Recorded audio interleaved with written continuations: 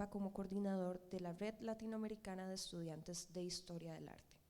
Junto a él también tenemos una cuarta ponente, quien es Macarena del Curto, profesora de Historia del Arte por la Universidad Nacional de La Plata, graduada en 2022, actual becaria de Estímulo a las Vocaciones Científicas del Consejo Interuniversitario Nacional Argentina, Corte 2021, adscrita desde el 2021 también a la Cátedra de Epistemología de las Ciencias Sociales de la Facultad de Artes de la Universidad Nacional de La Plata.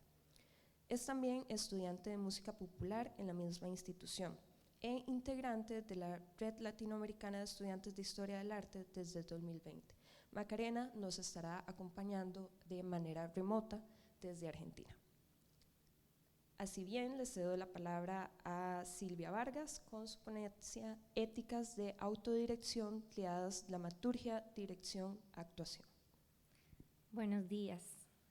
Muchas gracias por estar acá y por la presentación. Bueno, esta investigación surge de una inquietud mía de preguntarme si la dirección es una operación tan compleja que cada día se complejiza más para mí. Entonces, ¿qué es lo que lleva a una persona a dirigirse, a autodirigirse, ¿verdad? O a un intérprete a dirigirse, o a un director a entrar a actuar en su propia puesta. Entonces, para mí es un poco como el enigma del huevo y la gallina, ¿verdad? Como preguntarse, ¿qué fue primero, la dirección o la actuación? Y bueno, del teatro griego tenemos antecedentes del didascalos, que es esa figura, el maestro, el que enseña, que en aquel momento era el que se hacía cargo de absolutamente toda la representación teatral. Él era el autor, era el director, y a menudo también se tiraba a actuar en sus obras porque era lo que había en aquel momento en el que la actividad teatral comenzaba. Entonces, conforme el teatro avanza, ¿verdad?, el oficio de la dirección se profesionaliza, así como todo el teatro, y entonces ocurre una separación de roles, al punto que Grotowski llega a llamar al director como el primer espectador o el espectador de profesión. Pero entonces, ¿qué pasa hoy en día? Que seguimos teniendo ejemplos y seguimos viendo que es la autodirección, ¿verdad?, todavía ocurre. Entonces, yo me pregunto, para esta investigación, mis preguntas de partida son: ¿qué faculta a una persona creadora para autodirigirse y con qué ética lo hace, ¿verdad? Asumiendo, bueno, basándome aquí en la teoría de la ética de la representación planteada por Sánchez. Entonces, para esto, para intentar contestarme estas preguntas, pues yo voy a referirme a 3 casos muy específicos que estudié. Son 2 artistas argentinos, Pompeyo Audibert y su obra Habitación Macbeth, Rafael Spregelburg con su obra Inferno, y por último también voy a referirme a un caso propio de acá de Costa Rica, que sería el clown Bombiman, que es llevado a la vida por Telémaco Camaleón. Entonces, bueno, voy a empezar con el señor Pompeyo Audibert. No voy a hablar mucho de la trayectoria de estos artistas porque solo tengo 15 minutos, se me va el tiempo solo hablando de eso. Pero bueno, Pompeyo Audibert, así muy rápidamente, es argentino, es un artista muy prominente de la escena independiente argentina, es director de Teatro Estudio El Cuervo. Y bueno, su obra más reciente, que es Habitación Macbeth, es muy interesante este trabajo, que es un trabajo que se concibe durante la pandemia, en aquel momento donde los artistas, bueno, donde todos estábamos muy aislados los unos de los otros, y pues para crear, la única manera que él encontró, sin entregarse a la virtualidad, fue pues asumir un drama entero en su propio cuerpo. Entonces, Habitación Macbeth es una adaptación para un actor de la obra clásica de Shakespeare, Macbeth, en la cual el actor interpreta absolutamente todos los personajes del drama, como una especie de monólogo, pero obviamente no es un monólogo, es un actor que está desdoblado en un montón de personajes. Todos los personajes del drama habitan en el actor al momento de la representación. Podríamos pensar que toda la humanidad adquiere representación en su cuerpo. Y hablando, según la teoría de Sánchez, es un cuerpo que está asumiendo el compromiso ético de ser habitación, de ser habitáculo, de ser habitado por múltiples máscaras en el trance de la escena, cambiando constantemente así de una a la otra en fracciones de segundo, casi como si fuera un medium. Pero mentira, lejos de estar poseído o enajenado, es un actor que claramente tiene procedimientos de construcción de personajes muy claros, con una técnica muy precisa, un dominio corporal y vocal impecables. Entonces estamos claramente frente a un actor virtuoso que está asumiendo el compromiso ético de la representación, que se está vaciando de sí para entregar un discurso en el vehículo que es su cuerpo, como lo plantea Sánchez. Y pensando más allá de eso, pensando en el momento en el que el autor es Shakespeare, en que el actor asume, ¿verdad?, este compromiso, este reto creativo, que es el momento de la pandemia, pues también nos hace pensar, remontándonos a ese momento, en que estamos viendo a un artista escénico con la sensibilidad y conciencia de que su trabajo debe servir para potenciar lo humano frente a un paisaje de devastación. Y en condiciones donde estaba forzado a crear solo para poder seguir trabajando, pues decide volver la mirada hacia un texto clásico universal, como lo es Macbeth, que está cargado con todo el poder para unificarnos desde la historia. Voy a continuar ahora con Rafael Spregelburg y su obra Inferno.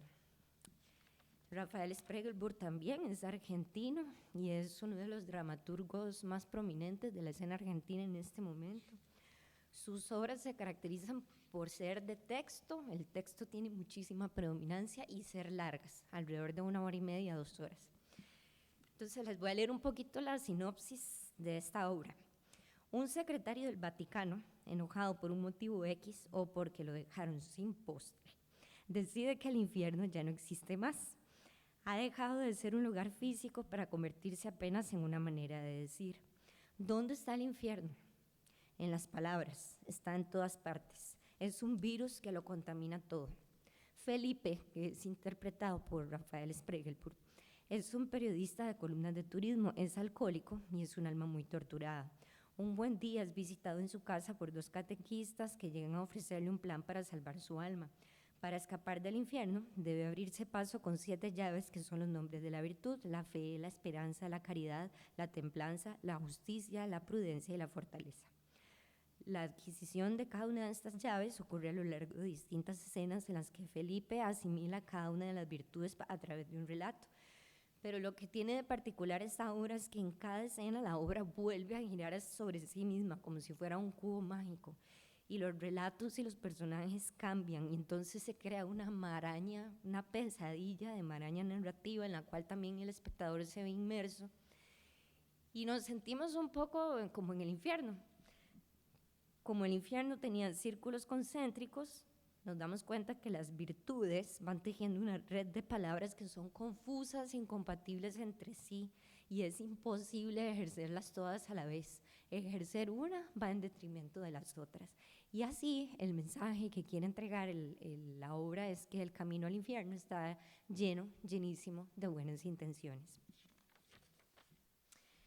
Entonces, bueno, la forma de trabajar de este autor es muy interesante y es indispensable entenderla para poder entender por qué él asume el reto de autodirigirse, de actuar en sus propias obras y de protagonizar su propia obra. Y tiene que ver con que él fusiona los roles. Él es un director que escribe o un dramaturgo que dirige en partes iguales. Él incluso revela en entrevistas que desde el momento en el que él está escribiendo con un actor específico o actriz específico en mente que él quiere que le interprete ese papel. Entonces vemos que desde el momento que escribe como dramaturgo ya está tomando decisiones de director. Podría decirse, según la estetización, la teoría de la estetización del mundo de Lipovetsky, que este autor este creador habita en la estética de la tranquilidad. Sus procesos son largos, digamos, a él no le interesan mucho los procesos cortos, prefiere tomarse su tiempo para crear sus obras y sus obras son largas. Su compromiso ético, él dice que es principalmente con el ejercicio creativo de la historia. Él dice que él no quiere usar al teatro para hacer una crítica social, que le parece que la crítica social existe en quien mira la obra y el teatro la dinamiza. Él dice que él las decisiones que toma las hace en función de la historia. Para él es un escritor y lo que le interesa es la integridad de la historia que está contando. Entonces, bueno, en el caso específico de esta obra Inferno, ¿quién podría entender mejor, verdad, la maraña mental de Felipe, el protagonista, y asimilar una trama tan compleja como el propio autor que está creándola en el universo de su mente? Entonces, bueno, quisiera citarlo.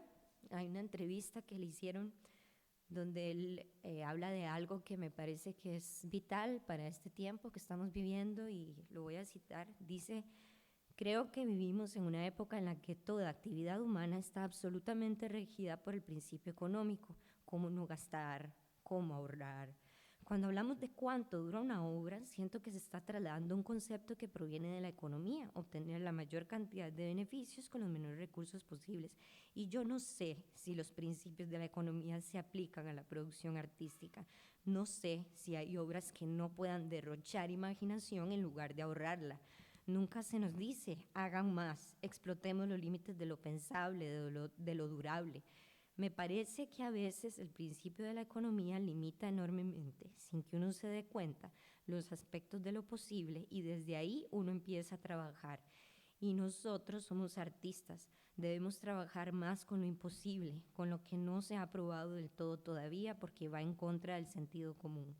Si la duración de algunas obras es insensata, yo estoy harto de la sensatez. Es una respuesta que le hace ante las críticas que sus obras son muy largas y hay gente que lo critica por eso.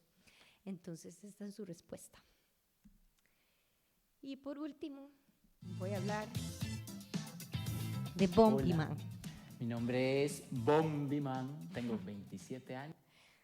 Bueno, Bombi Man es interpretado por Telemaco Camaleón. Bueno, ese es su nombre artístico. Alan Castro Meneses, que es un artista costarricense de mucha trayectoria. Él me cuenta que él empezó a construir este personaje desde el 2015, desde la primera vez que se vio solo frente a un público y se dio cuenta que causaba risa su forma de ser y estar en el escenario, y desde ahí empezó a construir su clown, que es Bombi Man. Y bueno, para analizar a Telemaco como director y para analizar más allá de Telemaco, para analizar el fenómeno del clown, el género estético que es el clown, hay que analizar su naturaleza discursiva que se da desde el momento en que nace, está como incrustada en el ADN del clown, y es un arte que por su naturaleza se posiciona en los siguientes ejes: el desafío al poder, la rebelión de la risa y la libertad del gozo. Los clowns son personajes que operan al margen de las reglas, bombardeando las estructuras sociales con sus armas, que son el humor y la ternura. El clown es un servidor del género humano porque frente a la carencia, la crisis y el dolor siempre ofrecen su risa como bálsamo protector de la sustancia esencial de la vida. Y la técnica clown, para construir un clown se necesitan muchas cosas, pero entre ellas una muy importante que termina explicando por qué el clown termina siendo su propio dramaturgo y su propio director. Bueno, muy importante es la improvisación y la acción-reacción. Digamos, el clown depende fundamentalmente de la conexión que genera con el público desde el primer momento en que le ofrece su mirada al público. Y la risa del público es su maestra. Él funciona a base de prueba y error. Lo que funciona, lo que hace reír al público es como el martillo y el cincel a partir del cual él va amoldando, construyendo su interpretación. Podrá tener números, rutinas ensayadas y lo que sea, pero es vital para un clown que esa relación con el público se mantenga viva todo el tiempo, ¿verdad? Y así, él corrige y ajusta su performance desde la vivencia escénica y cada experiencia que acumula le va construyendo y le va aportando a ese personaje.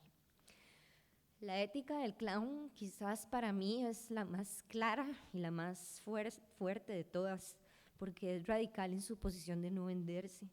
O sea, hablando en términos de lo que decía Sánchez, que Sánchez dice que la fuerza de una representación no está en el individuo que representa algo, una idea, etcétera, sino que está en la capacidad de ese individuo de vaciarse de sí para representar una fuerza colectiva. Bueno, yo me pregunto, ¿verdad? ¿Quién más que un clown se vacía de sí en el acto de exponerse frente al público con el corazón abierto, predispuesto a fracasar, porque en el fracaso está gran parte del éxito de su representación, a hacer reír a sus expensas? Por eso para mí la fuerza que un payaso, la fuerza colectiva que un payaso puede conjurar es la más poderosa, que es la revolución de la alegría y de los sueños. Y bueno, por eso a menudo, como ya dije, el clown inevitablemente termina siendo su propio dramaturgo y su propio director. Para ir terminando ya mi ponencia, bueno, ¿por qué decidí hablar de esto? En mi camino artístico a menudo me he visto atraída por la autodirección. No es una manera exclusiva de trabajar, pero sí siento que hay ciertos temas, ¿verdad?, que solamente yo podría tratar desde ahí, probablemente porque sean cosas muy íntimas. Bueno, en estos ejemplos que hemos visto que algunas de las cosas que impulsan a un intérprete a autodirigirse o a un director a actuar son la soledad, como en el caso de Pompeo Divert, que él, para seguir creando, creó solo, no le importó nada más. La intimidad del material creativo, el compromiso ético con el proceso creativo, con el material que se está creando, y al final también formas de trabajar que se vuelven tan personales que se vuelven intransferibles. Y entonces estos son algunos motivos que yo identifico en mí y en los artistas que he investigado para este trabajo. Jorge Eynes, en su libro La astucia del cuerpo, lo cito, dice: podemos formular lo ético. Se trata de saber lo que uno quiere y luego construir un saber que lo legitime. Entonces, para terminar, pues termino con esta conclusión, que es que si el motor creativo del artista es encontrar su verdad más profunda, entonces la ética de la autodirección puede ser una negación absoluta de negociar con cualquier valor ajeno a esa verdad. Muchísimas gracias.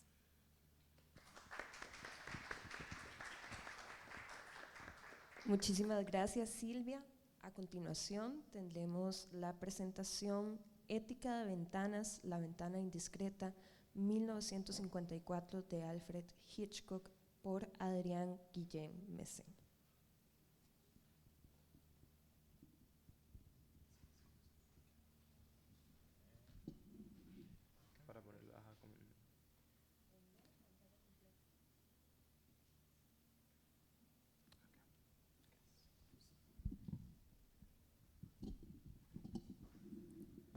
Buenos días.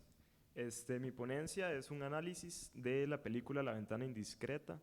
Esta presentación es un resumen de, digamos, las ideas principales. Entonces, para poner un poco en contexto de qué se trata la película, es de un fotógrafo periodístico que sufre un accidente y él termina con la pierna enyesada en una silla de ruedas en su casa. Debido al aburrimiento y a la curiosidad, él empieza a observar por la ventana de su sala y descubre que hay una pareja de vecinos que o sea, están casados y tienen un conflicto, y de un día para el otro la esposa desaparece. Entonces la policía no le cree a él que hubo un asesinato por falta de pruebas. Entonces él se dedica a observar periódicamente lo que hacen los vecinos con el fin de resolver ese misterio. Entonces, los puntos principales de esta presentación son la relación del espectador con el protagonista y el elemento de la ventana. la actitud voyerista de los personajes principales y la escenografía y la arquitectura del escenario. Entonces, bueno, el primer punto es sobre nuestra ventana. Acá quiero hacer referencia de que la ventana del protagonista es también nuestra ventana. Desde este punto está posicionada la cámara y nos permite ver tanto hacia afuera como hacia adentro. La cámara no tiene un desplazamiento libre espacial, pero el protagonista tampoco lo tiene, porque él está en una silla de ruedas y no tiene la capacidad de estarse moviendo. Además, él se siente atraído por lo que él ve, que viven sus vecinos. Son como una serie de historias ajenas a él, y son experiencias que él no puede tener, sino que las vive a través de observarlas. Y esto es muy similar a lo que las personas hacen con el cine. O sea que intentan como obtener estas experiencias por medio de la observación. Él se encuentra en una sala oscura, como si fuera una sala de cine, y en la ventana se proyecta la luz del exterior como si fuera una pantalla. Entonces él se engancha a estas historias, como también el espectador se engancha viendo la película. En esa película hay un enfoque muy grande en lo que es el espectador, y es que el director intenta posicionar al espectador en los ojos del protagonista.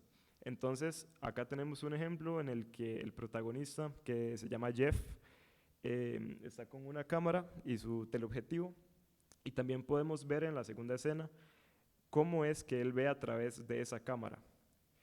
Y no solo eso, sino que además tenemos varios de estos paneos, que es un movimiento horizontal y vertical de la cámara que va recorriendo toda la escena. Entonces, bueno, yo aquí lo que hice fue tomar varias capturas de ese movimiento para intentar reconstruir la panorámica, pero siempre son tomas que vienen desde un mismo punto, porque él está, digamos, anclado a esa sala y él tampoco tiene esa libertad de movimiento.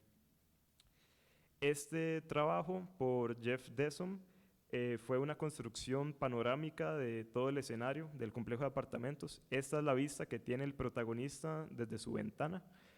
Y bueno, ahí a la derecha, J. Dessom es el canal de YouTube. Es un trabajo muy interesante porque también es un video timelapse en el que se pueden ver los eventos cronológicos que hacen todos los vecinos. Como para complementar esa idea de que la película tiene un enfoque muy grande en el espectador, es esta escena en la que está Jeff con su novia, que se llama Lisa. Están preparando una cena y ellos tienen un vecino que es pianista. De pronto el vecino empieza a tocar y, bueno, Lisa se cautiva por esta música, y ella expresa que parece que está escribiendo para ellos, porque están como en una cita romántica. Lo que pasa es que en esa escena, en la misma habitación del pianista, se encuentra el director, Alfred Hitchcock. Entonces, una segunda interpretación es que la película está especialmente escrita para nosotros, que somos los espectadores. También me gustaría hablar de los recursos sonoros, que la calle, por lo general no la vemos, sino que la asumimos. Sin embargo, sí hay una serie de sonidos como carros, como viento, como gente, y todo este sonido ayuda a construir una espacialidad en la que, es como inmersivo para el espectador. Y también el pianista, que hace la mayor parte de la banda sonora, es un personaje que está dentro de la película. Entonces, a pesar de que sí hay música over, digamos, esa función del pianista, que fortalece como las emociones que tiene que sentir el espectador durante las escenas, se vuelve como una experiencia muy inmersiva para entender el espacio en el que todo está sucediendo. Ahora quiero hablar sobre el cuestionamiento de la actitud voyerista del espectador. En realidad no hay como una solución de si es algo ético o no, pero sí este comportamiento es muy importante, y es que al inicio parte como una curiosidad. Sin embargo, empieza a incrementar como una obsesión, y no solamente eso, sino que se propaga a los personajes cercanos a él. Entonces, a pesar de que de que es muy cuestionado, también se ve como muy natural, en que los personajes están dispuestos a también observar como él.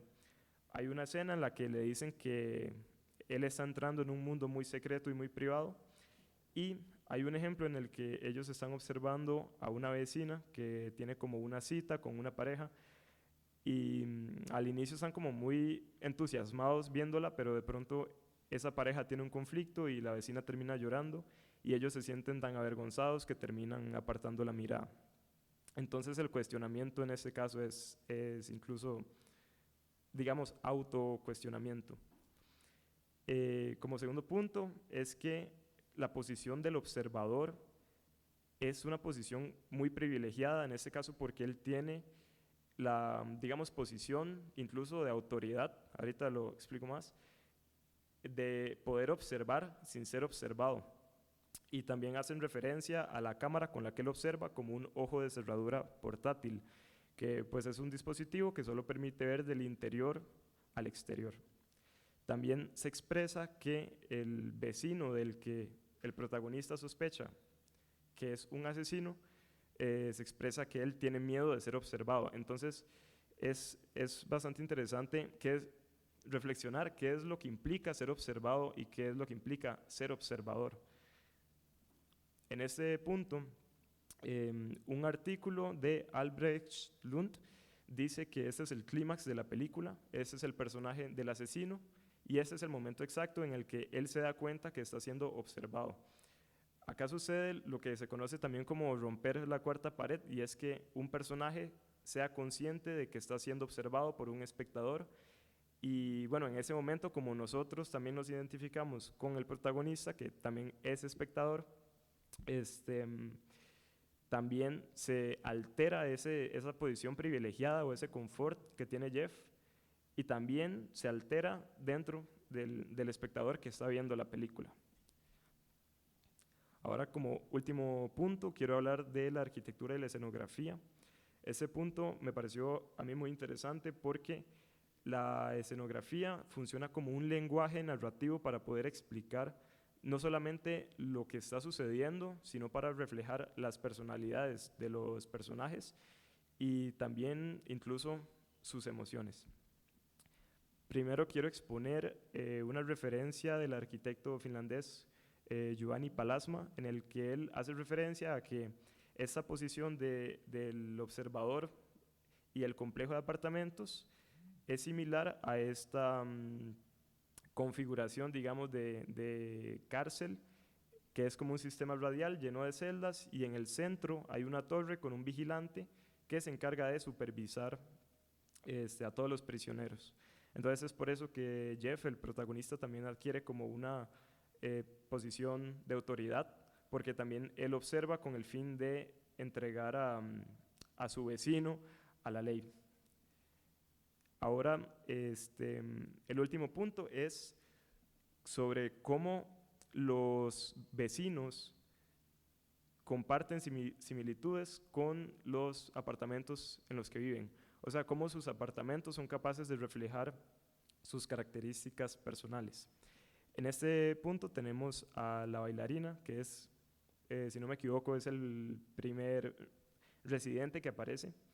La bailarina es un personaje muy simple y sobre todo es muy expresivo. Entonces, por lo general, su apartamento también suele estar con las ventanas abiertas y podemos ver al interior. Es un personaje muy transparente que tampoco tiene que ver mucho con la trama del misterio del asesinato, y pues lo podemos ver muy abiertamente. El segundo punto es el pianista, que el pianista también es un personaje muy extrovertido y muy expresivo.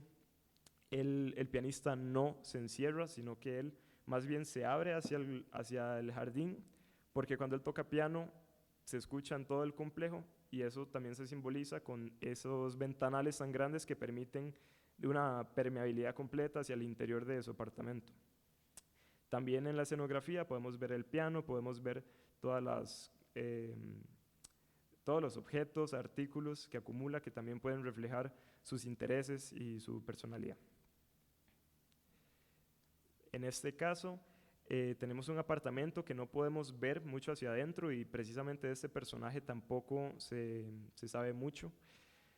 Este es el personaje que anteriormente hablé que tenía como un conflicto amoroso. Cuando ella tiene este conflicto, ella tenía las ventanas abiertas y procede a cerrarlas, a cerrarlas por la mitad. Una interpretación de esto, de que no cerrara completamente las persianas, es que después ella se empareja con el pianista. Entonces, es como que ella todavía mantiene esa posición, como de estar buscando una relación amorosa, por así decirlo. Tenemos esta otra vecina que es escultora, y lo más importante de esta escena es que podemos ver cómo el personaje se apropia del espacio, y si en ese momento viéramos este apartamento sin el personaje, podríamos ya deducir quién vive ahí o cuáles son sus intereses y a qué se dedica. Ese es el apartamento de la pareja y el asesino. Es la primera escena que hay de ellos dos, y desde una vez se puede ver que la misma arquitectura refleja cómo ellos ya tenían un conflicto. A pesar de que es un mismo apartamento, hay dos ventanas, parecen dos apartamentos diferentes, y hay un bajante que los divide. Además, las ventanas de este apartamento son más pequeñas y no permiten ver hacia el interior. Eso no solo refleja que el personaje, el asesino, es muy reservado, sino que también aumenta la atención o la curiosidad del protagonista por saber qué es lo que está ocurriendo en el interior. Por último, tenemos el apartamento de Jeff. El apartamento, la cualidad más importante es que es una habitación oscura, y esto le da una mayor importancia a la luz exterior que proviene de la ventana, porque es lo que más llama la atención pues, en su apartamento, o sea, es ver hacia afuera. Y además, también en cuanto a la apropiación del espacio, podemos ver que tiene un montón de fotografías, elementos, artículos que tienen que ver con su trabajo, incluso tiene premiaciones. Entonces el espacio es capaz de reflejar un poco de su vida. Y dentro de la película también lo más importante es que asumimos que tiene un dormitorio, un baño y una cocina, sin embargo lo único que podemos ver es la sala, y es porque Jeff no tiene esa libertad de desplazamiento, y al igual que él, nosotros estamos encerrados en su habitación.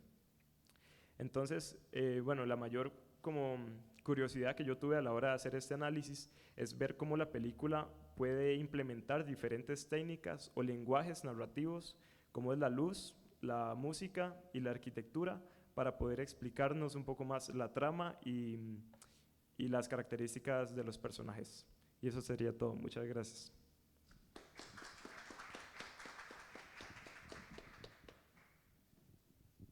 Muchísimas gracias, Adrián. Seguidamente, y para concluir la mesa número 4, incursiones e investigación, tendremos la participación de Marco Díaz Cortés y Macarena del Curto, quien nos estará acompañando de manera remota.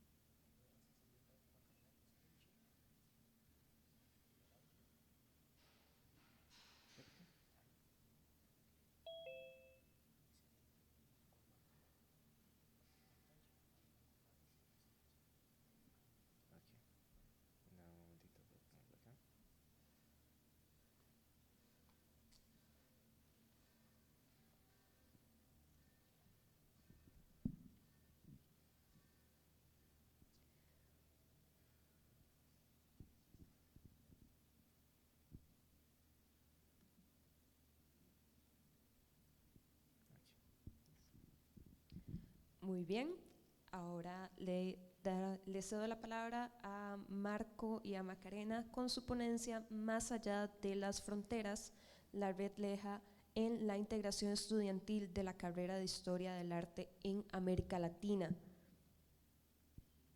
Bueno, buenos días, ¿cómo están?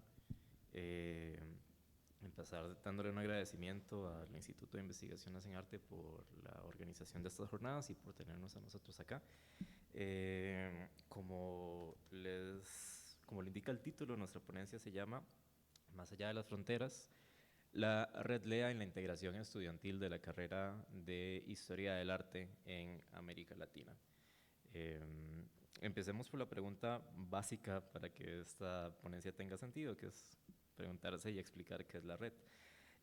La red es una organización que está compuesta por estudiantes de Historia del Arte, de pregrado, de grado y en los últimos años de posgrado de esta carrera, que se ofrece como plataforma de diálogo y que permite las acciones conjuntas entre quienes los conforman. La red la fundamos a inicios del año 2020 entre un pequeño grupo de representantes estudiantiles, éramos cerca de una docena, comenzamos a reunirnos los fines de semana de modo remoto, ¿verdad? A tener algunas conversaciones y de esas conversaciones notamos que teníamos intereses comunes y que teníamos problemáticas comunes.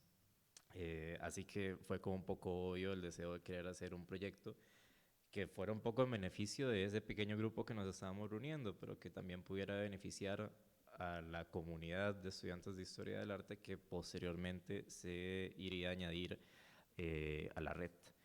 Entonces, tomando en cuenta lo anterior, la red durante el año 2020 se dedicó en una doble dinámica, si ustedes quieren.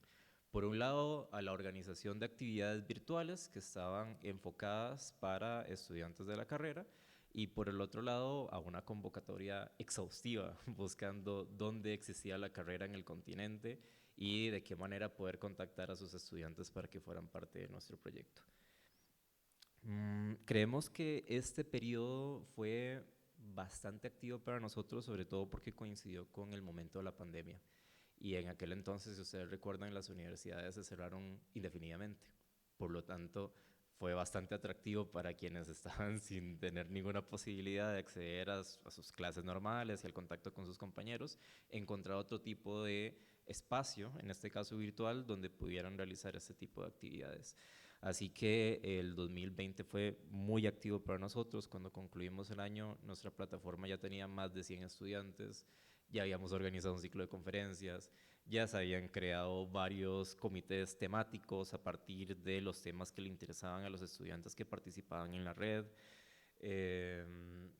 También se habían creado comités para que los propios estudiantes pudieran organizar actividades, dígase el propio ciclo de conferencias, exposiciones virtuales, un podcast, etcétera, etcétera. Por suerte, el proyecto en los años siguientes continuó con buena salud y eso nos permitió dar el paso el año pasado para convertirnos en una fundación sin fines de lucro con sede en Bogotá, Colombia.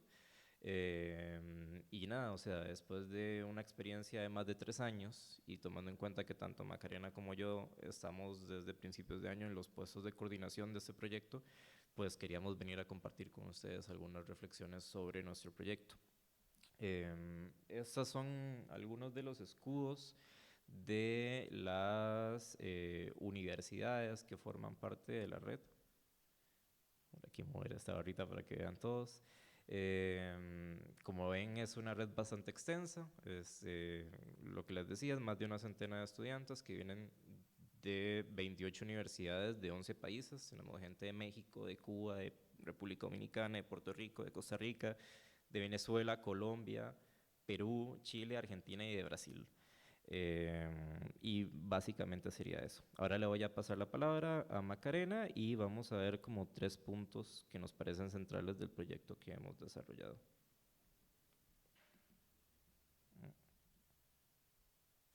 Hola, ¿se escucha bien?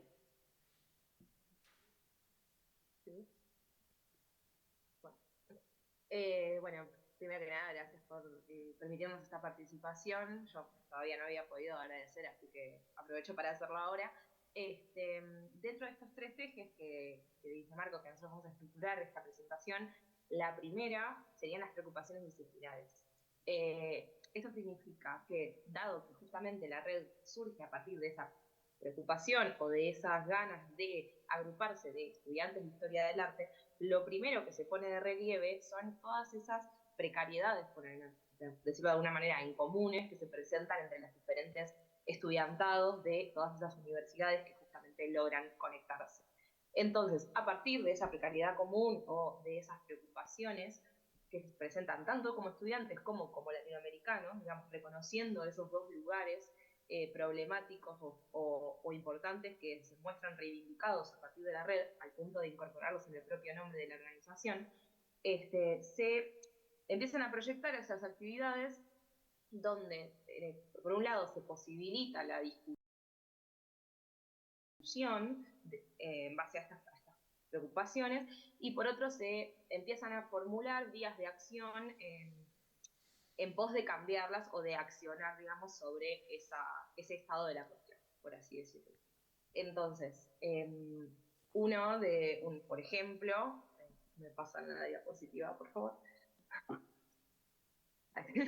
Uno de los ejemplos que trajimos para comentar un poco cómo accionan estas preocupaciones tiene que ver con la creación de un comité de trabajo y de las condiciones laborales que en una primera instancia durante el año 2021 lo que hace es proyectar y llevar a cabo un censo de condiciones laborales tanto en estudiantes como en graduados de la carrera, que bueno, se lleva a cabo exitosamente, se censan muchísimos estudiantes y graduados de toda Latinoamérica, y a partir de los resultados que se dan de este censo o de los datos obtenidos, por así decirlo, se empiezan a gestionar una serie de actividades, de conversatorios y de diferentes herramientas que intentan pensar qué hacer frente justamente a este estado de cosas, ¿no? Empieza a intentar activar organizaciones, a intentar empezar a contactarse con diferentes organismos y generar estos espacios de diálogo, de acción,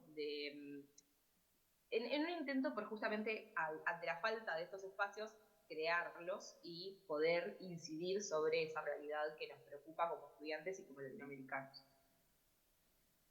Diapositiva. Este es, por ejemplo, una de las capturas de pantalla de uno de estos encuentros que se hizo, donde una de las participantes del comité trabaja, de hecho, investiga sobre este tema, entonces nos brindó muchísimas herramientas como red y con su participación para justamente poder afrontar estas problemáticas. Siguiente diapositiva. El otro ejemplo que trajimos era, así como vimos, en una primera línea, digamos, un intento de accionar de manera material o de manera, sí, más desde lo práctico, por así decirlo, también se incluye dentro de las preocupaciones disciplinares de la red justamente la reflexión sobre esta propia disciplina. Y entonces, como otro ejemplo, trajimos el comité de podcast, uno de los episodios de podcast que se sacó a partir de la red, donde se insta o se debate justamente sobre cuestiones teóricas, sobre cuestiones que nos implican como estudiantes de historia del arte a nivel teórico y también poniendo de manifiesto los temas que nos atraviesan, ¿no? En esta actualidad y en esta contemporaneidad, digamos, tanto teórica como social. Paso, le doy la palabra a Marco de nuevo. Ok, el siguiente punto tiene que ver con la democratización del conocimiento. Cuando comenzamos con estas conversaciones, con estos diálogos, identificamos dos cosas. Una de las que ya nos mencionaba Macarena, ¿verdad? Lo que nos dimos cuenta es que la mayoría de los departamentos de historia del arte de la región estaban atravesados por problemas estructurales. Departamentos que tenían poco presupuesto, con poco personal docente, con falta de bibliotecas especializadas, con pocas y en muchas ocasiones ninguna revista especializada para publicar, e inclusive si pensamos en las universidades donde sí tienen, digamos, buenas condiciones, hay que ver qué es historia del arte, ¿verdad? O sea, no es que estamos estudiando economía o derecho, los recursos son los que son. Entonces, un poco a partir de esos diálogos, lo que nos dimos cuenta es que, de una obviedad, pero que nos dimos cuenta en ese momento, era que la carrera era una carrera menor casi que en todas las universidades, lo cual repercute también en la propia comunidad estudiantil, que por lo general suele ser una comunidad pequeña. En la veintena de universidades que les mostramos, casi todas las universidades tienen comunidades estudiantiles de alrededor de unas 100 personas. E incluso nos topamos universidades donde el total de sus estudiantes son 20 estudiantes, 30 estudiantes. Así que ya se pueden hacer una idea de esto. Y evidentemente, pues estos problemas, estas condiciones afectan en el propio aprendizaje de los estudiantes y también afectan en el momento en que estos estudiantes, que son muy capacitados, tienen que hacer el paso a empezar a investigar y a empezar a generar conocimiento, que es el objetivo principal que tiene la carrera. Otro de los problemas que nos encontramos fue el perfil del historiador del arte que se forma en nuestra región, que por lo general focaliza la enseñanza en la historia del arte de Europa, y a pesar de que varios departamentos de América Latina han hecho esfuerzos por transicionar a unos programas en los que se enseña, digamos, o en los que se intenta equilibrar los cursos de enseñanza de historia del arte de América Latina, todavía no estamos en un momento donde se pueda decir que la enseñanza de un tema y del otro es equiparable. La mayoría de las universidades aún sigue dando pocos cursos de historia del arte de la región y esos cursos se suelen centrar en regiones muy puntuales que usualmente suelen ser México y Perú. El único momento donde se cruza esa frontera es cuando, digamos, las universidades se ven la obligación de enseñarle a sus estudiantes sobre la historia del arte de su respectivo país. Entonces, sí, ahí aparece la historia del arte de Costa Rica, la historia del arte de Cuba, la historia del arte de Colombia, pero no son, digamos, conocimientos que se comparten. Y en las propias experiencias que tuvimos notamos eso, que había como un enorme desconocimiento entre los estudiantes del arte de la región, y acá no estamos pidiendo como cosas en plan como América Latina es una región enorme, no vamos a pretender, digamos, que todo el mundo sepa todo de la historia del arte de cada país, pero sí por lo menos tener nociones básicas de las regiones que nos quedan más cerca. Y por ahí teníamos experiencias donde, por ejemplo, los estudiantes de Colombia no sabían nada de la historia del arte de Centroamérica, o los estudiantes de Costa Rica no sabían nada de la historia del arte del Caribe, o los estudiantes del Caribe no sabían nada de la historia del arte de Brasil, y así sucesivamente. Así que bueno, tomando en cuenta las dos condiciones anteriores, pensamos en posibilidades desde donde la red podía para dar soluciones a esto. Entonces, en primer lugar, lo que hicimos es darnos cuenta que cada universidad tiene una producción propia, pero que esa producción no es compartida, e intentar que ese mapa que está fragmentado comenzara a ser como un mapa que estuviera más interconectado. Así que nos dimos a la tarea de buscar todos los insumos, todos los eventos, todas las actividades organizadas por cada uno de estos departamentos en el continente para empezar a divulgarlo a nivel de todos los estudiantes que estaban adentro de la red. De modo que las revistas, los conversatorios, las conferencias, las exposiciones, los catálogos, las publicaciones dejen de ser de un solo lugar y pasen a ser de una región, que al fin y al cabo es una cosa que nos beneficia a todos. Y lo otro tiene que ver con el punto que les mencionamos hace un momento, de ese asunto de que desconocemos absolutamente la historia del arte de nuestra región. Entonces, incentivamos a los estudiantes a aprender y al mismo tiempo a producir sobre historia del arte de América Latina. Lo hicimos a partir de varias actividades. Una de estas fue el ciclo de conferencias virtuales América Invertida. El título es en honor a la obra de Joaquín Torres García, el artista uruguayo. Ya hemos organizado 2 ediciones y estamos en la tercera, y a partir de estas actividades se han divulgado más de 30 investigaciones sobre historia del arte de América Latina producidas por los propios estudiantes, lo cual ha permitido que nos demos cuenta de temas que hubiera sido imposible aprenderlos dentro de nuestros propios espacios universitarios, como la fotografía contemporánea de República Dominicana, como la gráfica argentina de finales del siglo XIX, como el performance de Costa Rica de los años 90, como los registros fotográficos de las huelgas bananeras en Colombia en los años 20, como la historia colonial y los registros artísticos del Brasil de ese entonces, o también mediante el Comité de Historiografía, donde se discute nuestra propia disciplina. Y quizás, aunque sí se leen autores, digamos, de importancia global, se hacen siempre de modo de pensar de cómo podemos relacionar esos conocimientos con nuestro propio contexto, ¿verdad? Cómo pueden ser aplicados a nuestra propia región.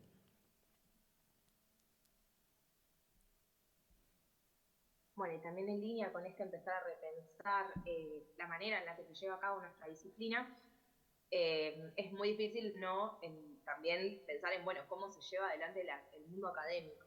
Y una de las primeras cosas que conocemos sobre el mundo académico es que es muy verticalista, es un espacio altamente jerarquizado, donde justamente el estudiante por lo general no tiene un margen de acción o de difusión o de alcance a determinados conocimientos o a determinadas vías demasiado grandes. Si bien en parte frente a eso es que se abren estos espacios en la red, no solo es cuestión, nos parece a nosotros, de abrir esos espacios, sino de empezar a cambiar la manera en la que se hacen esos espacios, la manera en la que se llevan a cabo. Entonces, lo que nosotros buscamos es no reproducir esa estructura jerarquizada que conocemos de la academia, sino empezar a pensar en otros modos de hacer y basarnos, nos basamos de hecho, como uno de nuestros pilares fundamentales en la horizontalidad. Dentro de lo que es, por ejemplo, nuestra estructura en comités, la manera en la que se llevan adelante esos comités también responden a este principio, es decir, cualquiera puede proponer un comité, puede proponer un proyecto y si tiene gente que esté dispuesta a hacerlo, si encuentra convocatoria, por así decirlo, llevarlo a cabo. Cualquiera lo puede proponer, cada comité es autónomo, no responde a otros, si bien nosotros con Marco, como él decía hoy hace un ratito, llevamos adelante la coordinación desde el principio de este año, no nos proponemos en un lugar de jerarquía o de poder, por así decirlo, frente al resto de las personas que integran la red. La idea es que todo sea completamente abierto y horizontal. También, en este sentido, pensamos, por ejemplo, en la necesidad de llegar a la mayor cantidad de estudiantes posible, ¿no? También, como comentaba hoy Marco, así como el 2020 la mayor iniciativa era conseguir la información sobre dónde estaban las universidades de historia del arte, cómo eran esos estudiantados y cómo hacer para llegar a ellos, nosotros nos proponemos llegar a absolutamente todo lo que se pueda. No es que buscamos las universidades más importantes, las que tienen más presupuesto y nos quedamos ahí, sino que queremos llegar a aquellos estudiantados con más problemas, con más vulnerabilidad en algún punto académica y social. Queremos que esto sea accesible a cualquiera que le sea útil, por así decirlo. Y en esta vía hay como una doble, triple intención de inclusión. Por un lado, la cuestión de la inteligibilidad. Ha pasado ya en muchos tipos de organizaciones latinoamericanas que en algún momento Brasil termina quedando excluido por la cuestión del idioma. Nosotros desde un principio nos propusimos que no queríamos que eso suceda. De hecho, en la propia fundación de la red ya había gente brasileña y fue un motor súper importante para el desarrollo de la organización. Y lo que se propone es el acuerdo de inteligibilidad, es decir, hablamos idiomas distintos, son idiomas que son parecidos, entonces cada uno habla su idioma, intentamos entendernos, le ponemos la mejor voluntad y en su defecto todo lo que sea comunicación oficial va a ir en doble idioma para que también pueda alcanzar a la mayor cantidad de gente posible. Por otro lado, hay cuestiones tecnológicas, que esto opera en un doble sentido. Hay sociedades o zonas dentro de Latinoamérica, así como también políticas estatales, hay un montón de factores que hacen que haya personas que tengan mayor o menor acceso a internet o a tecnologías o a lo que sea. Ya lo digo, cuestiones sociales, regionales, donde podemos buscar otros métodos, por ejemplo, si no es Zoom, puede ser Meet, pueden ser diferentes plataformas, puede ser la manera en la que estos estudiantes nos propongan que pueden conectarse, si no es por videollamada, puede ser por WhatsApp, es decir, siempre buscamos la manera de que nadie quede excluido, y lo mismo con aquellas situaciones que son personales, es decir, una persona que no tiene acceso a una computadora, que no tiene acceso a un celular, bueno, buscamos otra manera en la que esa persona no quede afuera. La idea es que eso siempre incluya a la mayor cantidad de gente posible. Creemos que eso también va en línea con esta horizontalidad, ¿no? Incluso a niveles sociales o a niveles organizativos, es decir, no solo no hay jerarquías que impongan una cosa por sobre otra, sino que además se apela a una horizontalidad de acceso, a la mayor cantidad de posibilidades de acceso posible. Listo, muchas gracias. Bueno, acá cerramos nuestra presentación, no sé si Marco te quedó algo más que quieras decir, si no, bueno, muchas gracias. Muchísimas gracias, Marco, Macarena, por acompañarnos en esta última ponencia de la mañana de la Mesa 4, Incursiones en Investigación. No sé si quizá tenemos alguna pregunta en el canal de YouTube o quizá ustedes tengan alguna pregunta acá entre los participantes. Un momento. Conocer sobre la organización que ellos tienen, si cualquier persona puede acceder a las investigaciones de arte latinoamericano que ellos realizan dentro de su grupo. ¿Cómo podría uno acceder Claro. a leer? A ver, en lo que tiene que ver con este ciclo de conferencias que les mencionamos, nosotros las transmitimos por el canal de YouTube y ahí quedaron guardadas. Entonces, si ustedes escriben Red Lea en YouTube, entran al canal y ahí están guardadas todas las conferencias. Igualmente con el podcast, si entran a Spotify o entran a alguna plataforma, creo que en el podcast la plataforma que tiene Google para compartir podcast, ahí también están subidos todos los episodios que hemos grabado. Entonces sí, o sea, generalmente intentamos que lo que hemos producido esté disponible mediante internet. Muchísimas gracias, Marco. No sé si entre los demás personas que están… bueno, tenemos una pregunta de manera remota.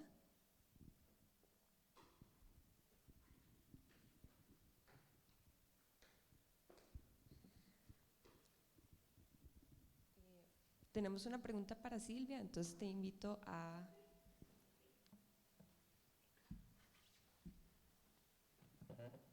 volver acá a la mesa. Y bueno, primeramente para Silvia, tenemos la pregunta de ¿cuál es el desafío pedagógico de la autodirección? Bueno, quizás… Bueno, es que cuando pienso en autodirección, yo siempre pienso que todo director es en cierta medida un maestro, ¿verdad? Porque tiene que transmitirle muchas cosas a su elenco para que el elenco y el equipo, no solo el elenco, ¿verdad? También capte la visión que él tiene. Entonces, el desafío pedagógico viene siendo para mí precisamente el hecho de que no hay un mediador y no hay un ojo externo que me permita como analizar lo que estoy haciendo desde afuera, ¿verdad? Bueno, ahora tenemos muchas herramientas, podemos grabarnos y autoobservarnos, ¿verdad? Eso es algo que cambia mucho las reglas del juego en lo que tiene que ver con autodirección para mí. Pero bueno, quizás tenga que ver con eso, con el desafío de dialogar con uno mismo y quizás entrar en una especie de desdoblamiento en el cual poder ser crítico, ¿verdad? Con el trabajo que se está haciendo y con lo que estoy planteando, porque uno tiende como a enamorarse mucho de su propio trabajo artístico y a veces, ¿verdad? Y de ensimismarse en eso, y el desafío sería ese tal vez, como el desdoblamiento, sí. Muchísimas gracias, Silvia. También tenemos una pregunta para Adrián, que es la siguiente. ¿Puede el concepto de voyerismo cambiar la concepción de buques de ventana en las plantas arquitectónicas?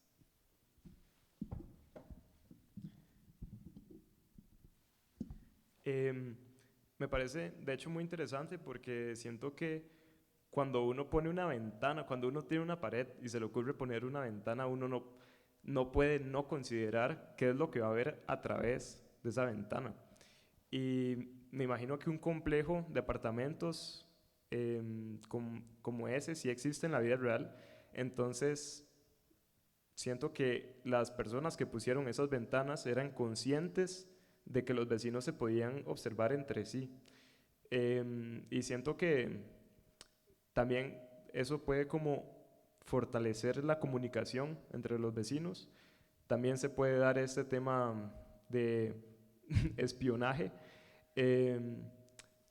pero sin embargo no sé como si el voyerismo, en realidad no hay como una verdad absoluta de si es ético o no, en este caso porque el protagonista lo hizo para denunciar un delito, entonces em, depende de la intención completamente, puede tener dos significados, pero siento que sí puede influir mucho, este, puede influir mucho considerar el comportamiento de las personas a la hora de construir y de pues respetar esos límites entre las propiedades privadas.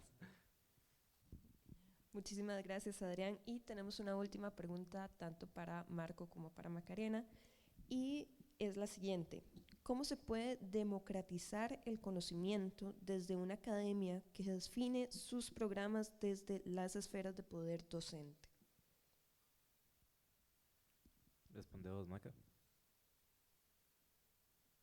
¿Me la volverías a leer? No Claro. entendí el final. ¿Cómo se puede democratizar el conocimiento desde una academia que define sus programas desde las esferas de poder docente? Ahí va, gracias.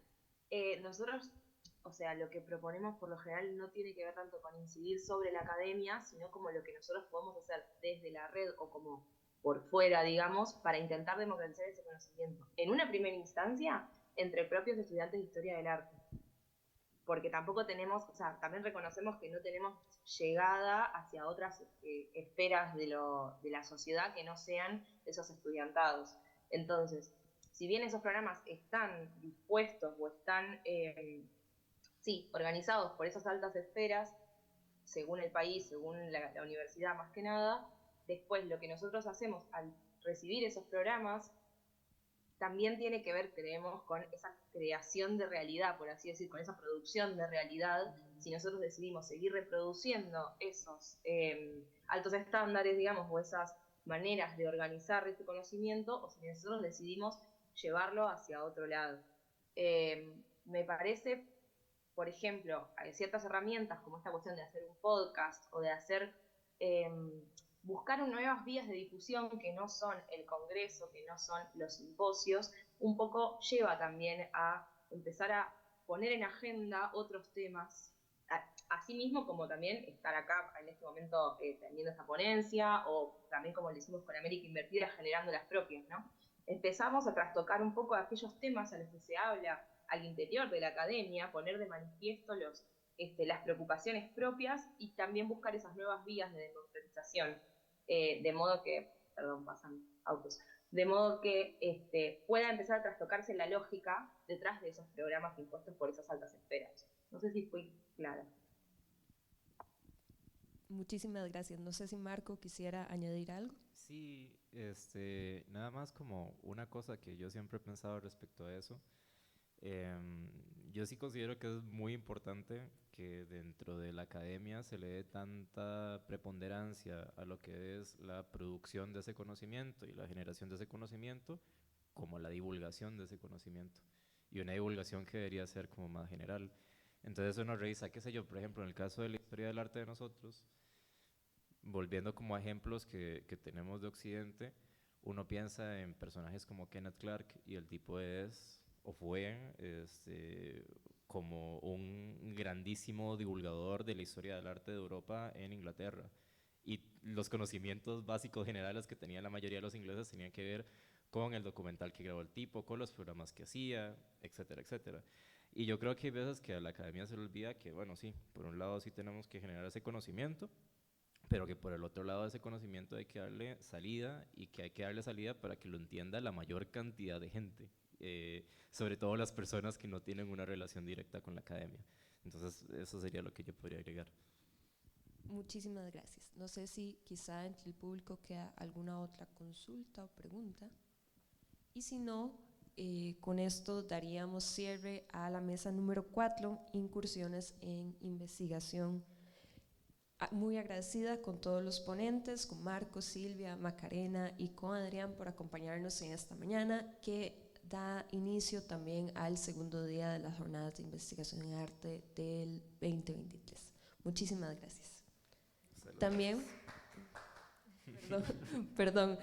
también comentarles que en la sesión del decanato vamos a tener un pequeño refrigerio por si gustan acompañarnos, y a partir de ese momento vamos a tener un breve receso que dará pie a la segunda mesa del día, a la mesa número 5, que estará arrancando a eso de las 10:45 de la mañana. Muchísimas gracias.